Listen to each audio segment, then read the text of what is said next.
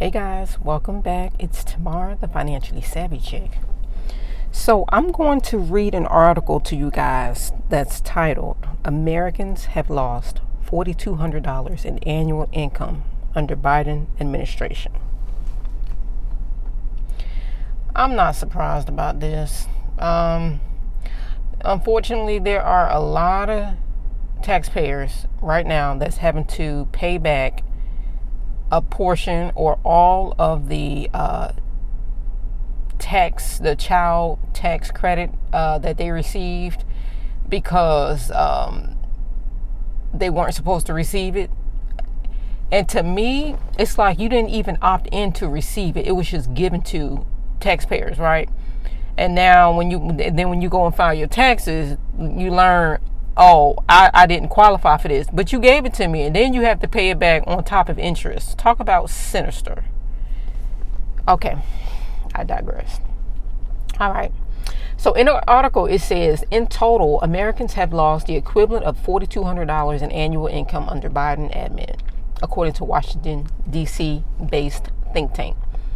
The foundation said its experts calculated this shocking figure by looking at various sets of data, consumer prices data, and the Federal Reserve interest rates.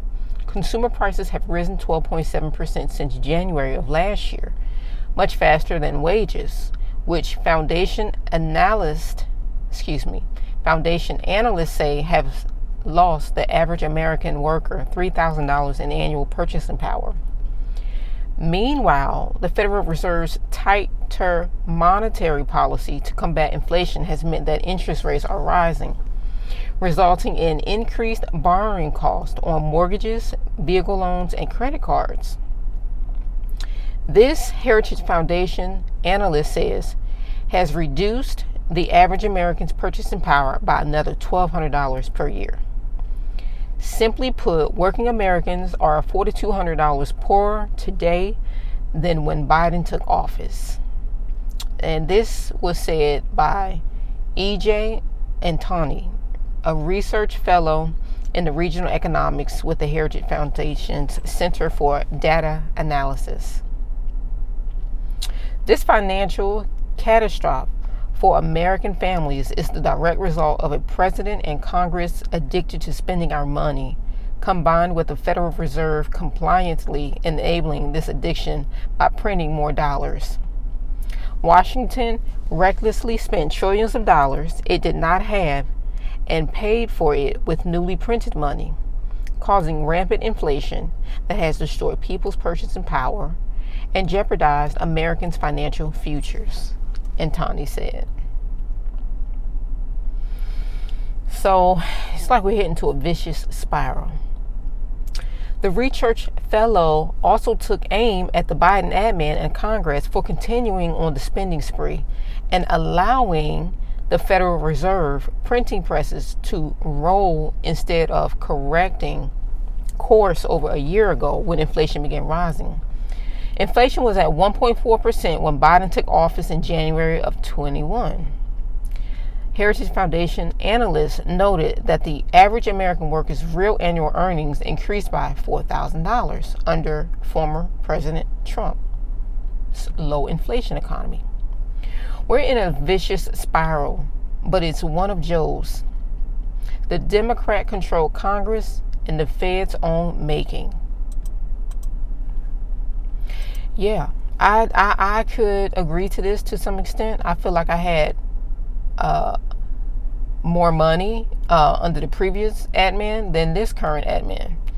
It seems like it's a challenge to save money, if at all, and it's really sad that these people are disconnected from reality. And it's like they've lost all consciousness.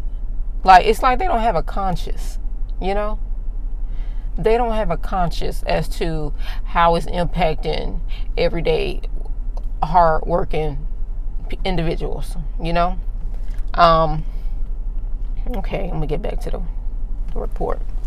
The latest report from Heritage Foundation comes shortly after the Federal Reserve raised its benchmark interest rate by 75 basis points for the third straight month in an effort to cool down red-hot inflation. A separate report from the Congressional Budget Office published on September 22nd found that inflation has impacted middle-class Americans the hardest, more so than low and high-income households.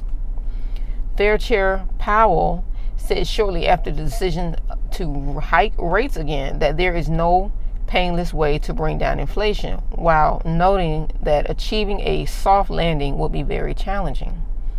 Meanwhile, Biden has continued to downplay red-hot inflation, telling CBS 60 Minutes on September 18 that inflation rate month to month was just an inch, hardly at all. That's what I'm talking about. These people are out of touch with reality. It don't matter to them because they have billions of dollars in their bank accounts, versus other hardworking Americans who 6 figures or less. You're feeling a pinch. They're spending our money to fly on private jets and so forth. And it's very unfortunate that this is happening, or that it's happened, and it's going to continue to happen. There's no way to pay back this $32 trillion deficit that we're in. You can go to the debtclock.org and you'll see for yourself just how much money is being spent. There's no way to repay it, not even 100 years. It's inevitable. It is inevitable. Hyperinflation is around the corner. Honestly, I think it's already here.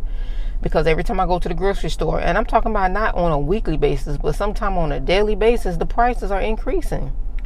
The stores can't even keep up. And I think that's why Walmart have all these self-checkouts. They got the cashiers going around the store increasing prices. That's what they're doing. Because all I see is them rolling around their carts, checking the prices, since Walmart is getting sued by the Department of Agriculture for price gouging. It's just something to think about. This admin is not doing anything beneficial to the American people, and it's not going to change.